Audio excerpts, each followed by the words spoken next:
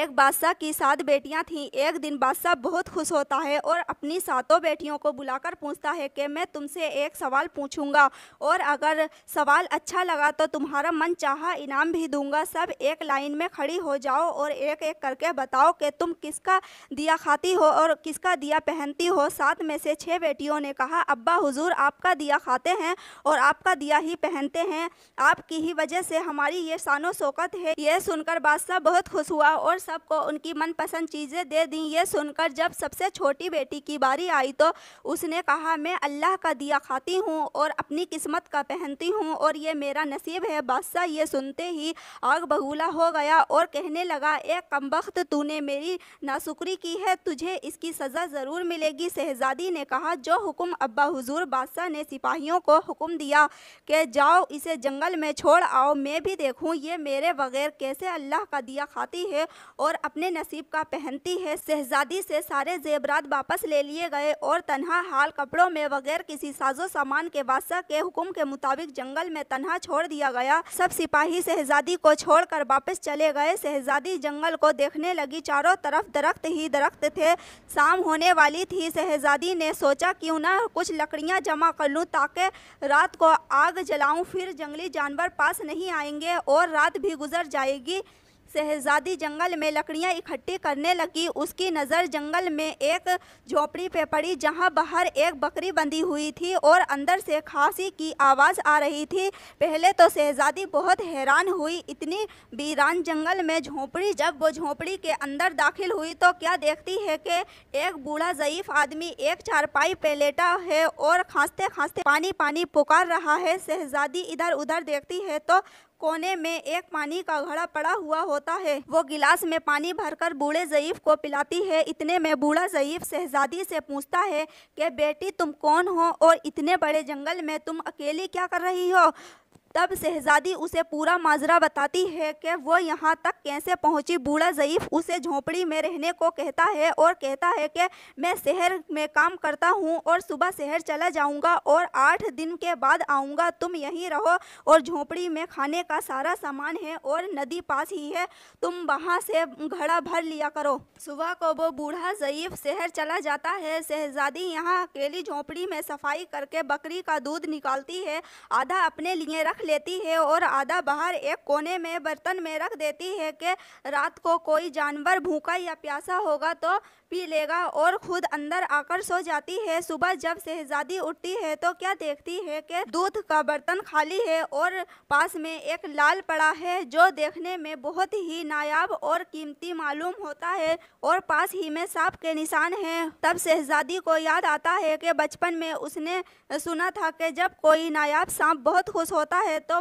ایک ایسا لال اگلتا ہے کہ جس کی قیمت ہیرو جواہرات سے بھی مہنگی ہوتی ہے۔ شہزادی بہت حیران ہوتی ہے اور دل میں سوچتی ہے کہ شاید سانپ بھوکا تھا، وہ دودھ پی کر خوشی میں لال چھوڑ گیا۔ پھر وہ لال اٹھا کر اپنے پاس رکھ لیتی ہے اور پھر اگلی رات شہزادی برتن میں دودھ رکھ دیتی ہے اور اگلی صبح جب دیکھتی ہے تو پھر ایک لال ہوتا ہے۔ ایسے ہی کرتے کرتے 7 دن گزر جاتے ہیں اور شہزادی کے پاس 7 لال جمع ہو جاتے ہیں اور اس دن بوڑھا ضعیف بھی آ جاتا ہے۔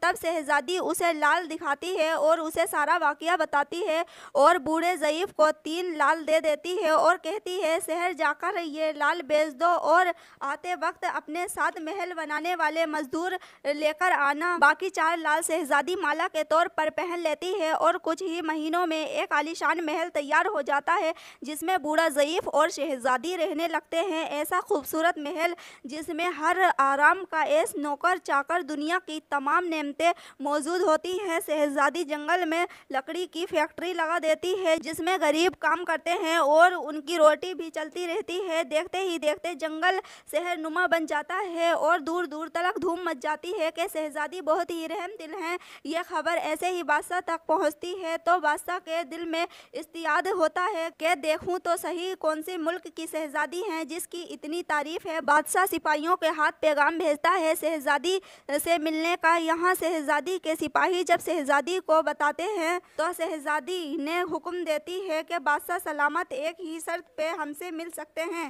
کہ وہ اپنی تمام بیٹیوں کے ساتھ آئیں۔ سپاہی جا کر بادشاہ کو پیغام دے دیتے ہیں۔ ایک دن بادشاہ اپنی تمام بیٹیوں کے ساتھ شہزادی کے محل جاتا ہے۔ شہزادی ان سب سے چہرے پہ نقاب پہن کر ملتی ہیں اور ان کے لیے 7 رنگ کے کھانے پیش کرتی ہیں اور ہر رنگ کے کھانے کے ساتھ اسی رنگ کا جوڑا زیور پہنتی ہیں۔ محل کی شان و شوکت، خوبصورتی اور شہزادی کا انداز بادشاہ اور باقی شہزادیوں کو بہت حیران اور متاثر کرتا ہے۔ آخر میں بادشاہ شہزادی سے کہہ ہی دیتا ہے کہ تم میری بیٹی کی جگہ پر ہو اور میں بھی تمہارے کہنے پر اپنی تمام بیٹیوں کے ساتھ آیا ہوں، پھر ہم سے یہ پردہ کس لیے؟